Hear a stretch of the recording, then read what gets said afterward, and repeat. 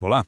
Poucos lugares no mundo, sabe, têm uma ligação tão forte, tão desproporcional com a palavra escrita quanto a Irlanda. É uma terra de poetas, de romancistas, de dramaturgos que não só contaram histórias, mas que mudaram o jeito como as histórias são contadas. E isso nos leva direto para a grande pergunta, né? Por que uma ilha tão pequena consegue produzir tantos gigantes da literatura? Será que é por causa da história conturbada? Ou daquela tradição antiga de contar histórias de forma oral?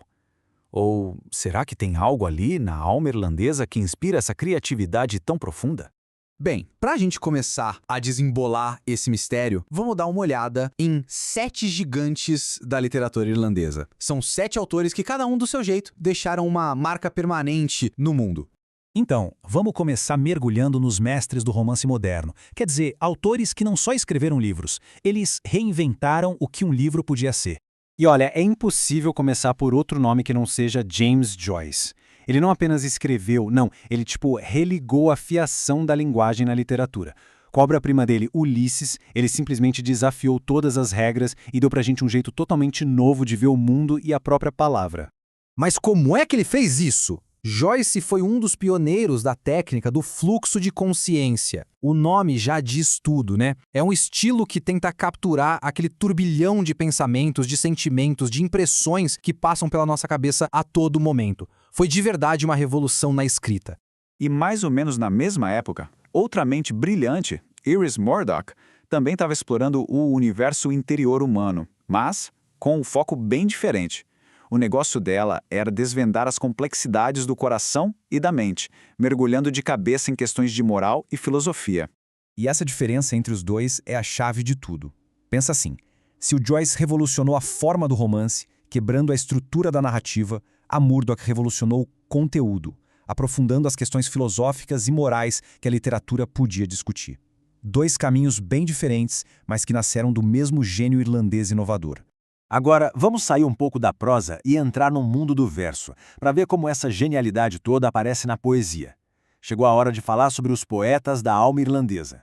E só para ter uma noção do tamanho do que a gente está falando, basta esse número aqui. Os 2 poetas que a gente vai ver agora, ambos ganharam o maior prêmio da literatura mundial.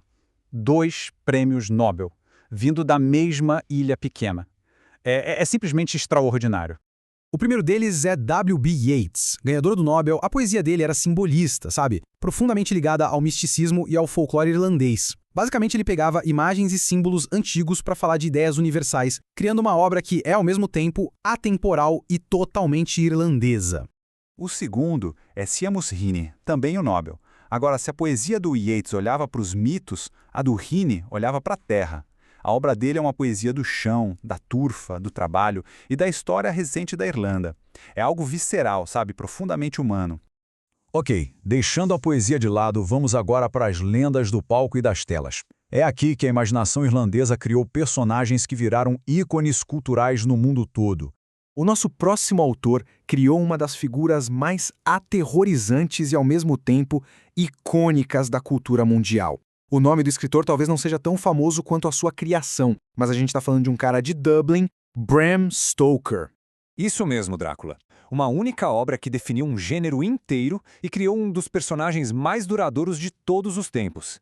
O que é realmente impressionante é pensar no impacto global gigantesco que saiu da caneta de um único escritor lá em Dublin. E do horror gótico, a gente dá um salto para a filosofia existencial com Samuel Beckett, um mestre absoluto do minimalismo e daquela busca por sentido, no meio do aparente vazio. Beckett foi um pioneiro do que ficou conhecido como teatro do absurdo. Ele basicamente limpou o palco de tudo que era extra, usando um estilo minimalista para explorar as questões mais fundas da condição humana, solidão, a espera, o propósito da nossa existência. Mas, olha, essa tradição toda não é só coisa do passado, não. Vamos avançar um pouco no tempo para a era contemporânea e ver como a nova guarda está mantendo essa chama acesa. E aqui entra Sally Rooney, que foi aclamada como a voz da geração milênio. Os romances dela capturam perfeitamente as ansiedades, os relacionamentos e o jeito de se comunicar na era digital. É a prova de que a tradição literária irlandesa continua evoluindo e conversando com o presente. Então, no final dessa nossa jornada, o que a gente aprendeu? Vimos uma variedade impressionante de gênios literários, desde os que viraram a linguagem de cabeça para baixo até os que criaram mitos modernos que assombram a nossa imaginação até hoje.